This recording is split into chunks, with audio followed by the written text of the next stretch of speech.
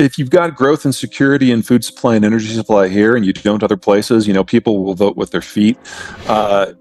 Unfortunately, we're in the process of a bit of a political reshuffling here in the United States, and the factions that make up the parties are moving around.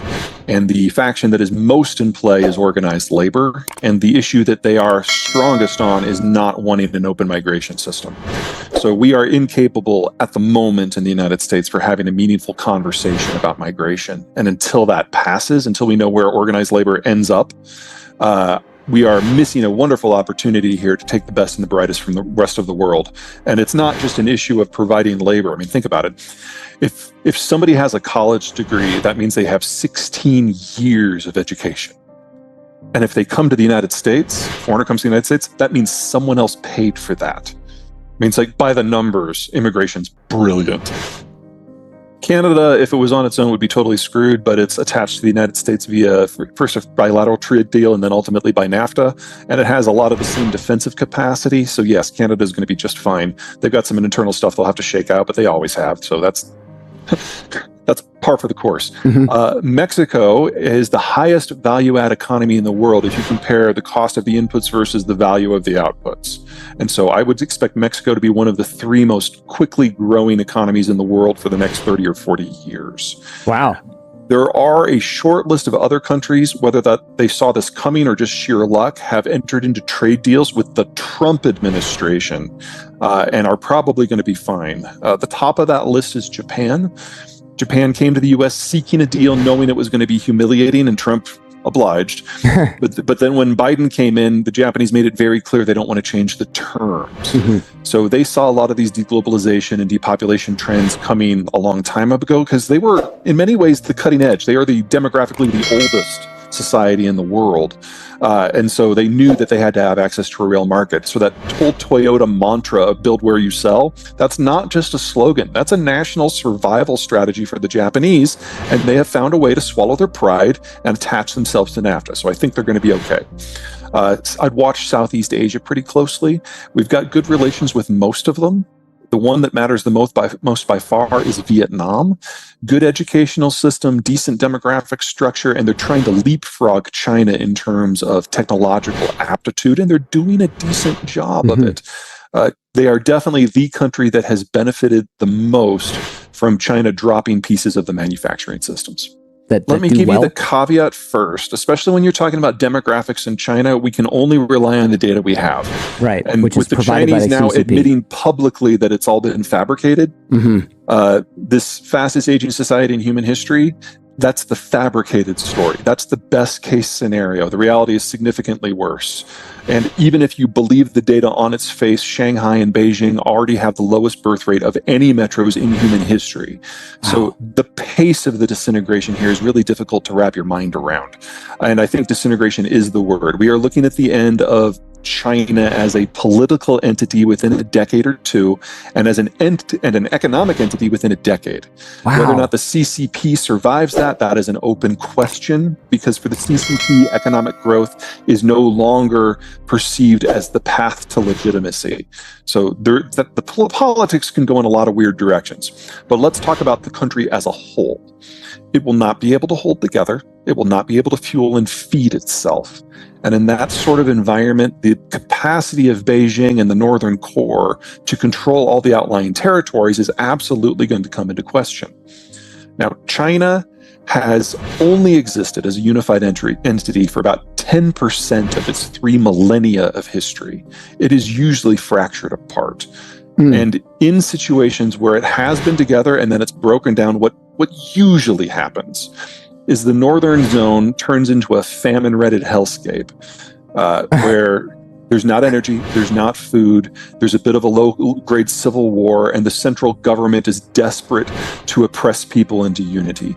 And it's an ugly, ugly place to live. They'll probably lose half of their population. Oh my God. Then the southern cities from Shanghai on south, you're right, this is where the value add is. This is where the cosmopolitan is. This is where the bulk of the higher value-added manufacturing is. And this is where foreigners are more exposed, and where we might actually feel it. If northern China were to vanish tomorrow, we might not notice. Yeah. But those southern cities, that's the part that's internationally wired. So historically speaking, these cities become de facto independent city-states. and they interface with foreign countries and companies in order to access technology and finance and food. And then that's metabolized by local labor to participate in an international supply chain of some form. And then everything in the... There's a very strong model here. For most of the last 1,500 years, those city-states have imported most of their food from abroad. It's only in this most recent iteration that they've been interlinked in terms of economics and food supply in northern China. This is a very new development for China. Let's look at the outside and then work towards the inside. So on the outside, they can still access global energy, they can still access global food, they can still access global food inputs. As long as that is going on, people will be fed and the lights will be on. Now, they are utterly incapable of influencing those events. So when they break, there's nothing the Chinese can do about it. And we're probably going to see in the next few months significant energy failures out of the Russian space, where the Chinese are going to bear the disproportionate burden of that. So we don't have to wait too long for the external environment to look nasty. Internally, when you've got this heterogeneous system, the two things you do are, number one, you beat the crap out of anyone who steps out of line. And so it's a national security state in every way you can imagine it. And then second, you basically pay everyone to be on the same side. So, we bitch in the United States about the Federal Reserve and QE and devaluing the dollar and printing currency and debt spending and all that. That's a relevant conversation to have. The Chinese do it about an order of magnitude more than we do. Huh. Wow. So everything that, if you're a gold bug, everything you believe about the United States, it's much more true for the People's Republic. Now, they do not have an internationalized financial system, so this all stays bottled up. One of the reasons why whenever the Chinese do try to liberalize their accounts so they can be a global currency, or whatever the spasm of the day happens to be, $1 trillion floods out in a matter of months as people try to get their money to someplace where it'll hold its value.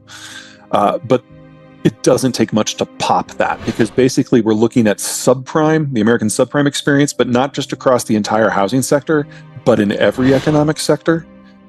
And the subsector of China where this financial hyper-financialization is most exposed is agriculture. So they're going to get hit from labor, from finance, and raw material supply. Could be the proximate cause. Just remember, we're dealing with somebody who's walking on a tightrope between two pickups going 90 down the highway. If they go off a cliff into a whirlpool where a meteor is hitting, it doesn't really matter what the proximate cause is. Right. Okay. Any of these things can end it. Right. Very rich with examples of security threats. So, you've got pirates, you've got state pirates, or basically, people using their navy to do stuff. And then you've got privateering, which are private entities that have kind of a state charter in terms of having a place to fuel and sell their booty. It's fun that is becoming part of the lexicon again. But let's focus on insurance. You can't sail anywhere. You can't leave port without an insurance policy. And at the moment, an insurance policy costs about 1% the value of the ship itself to be paid out in installments over a 12-month period. So 1% millions is the total. of dollars. Yeah, but it's only 1%. Now, that assumes that no one is shooting at anyone anywhere. If you sail into an area where there is a conflict, the cost of that policy increases by a factor of 100 to be paid weekly. That assumes that no one is shooting at civilian shipping. Right, that's just accidental. You might hit a mine kind of stuff. If people are going after you're in a bad neighborhood, so we're going to charge you more. Right. But if someone starts shooting at a civilian vessel, you cannot get an insurance policy at all. So the Europeans have set up an environment with this price cap where a lot of countries in Northern Europe now have a financial and security reason to go after Russian shipping.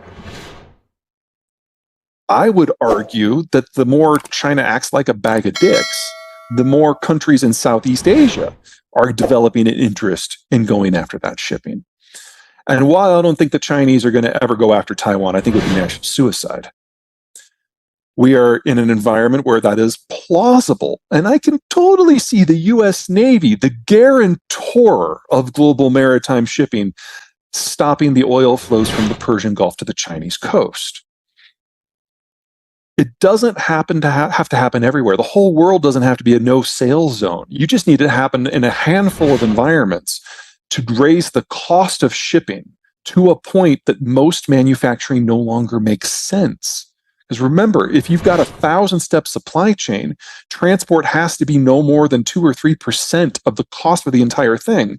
So shipping from step to step to step to step has to be cheap, has to be quick, has to be reliable, has to be safe. If you change that, if you just increase the cost of shipping by double, you've already eliminated over half of the global manufacturing supply steps viability. That no one's going to go back. It's like there's an argument to maintain things once they're running because you've got it all in place. But once the moneymaker is gone for like a year, it's not like you can just walk back in and start operations up. And that's going to be the case in Iran, and that is going to be the case in Libya, and that's going to be the case in parts of Algeria. And we've forgotten in 2022 that the Middle East is a bit of a disaster. Like with the drama of Ukraine war, we're just like, oh my, thank God that the Middle East is calm. It's not. Nothing's changed there, except the United States is no longer present.